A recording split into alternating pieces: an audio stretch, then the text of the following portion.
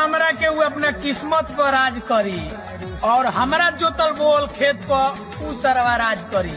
क्या कहीं भाई रे, डीजल बेच के पायल किन के दिले रही, अब वो बोतड़ी अपना बातार से कही राजा पायल उतार दो ना तो आवाज करी।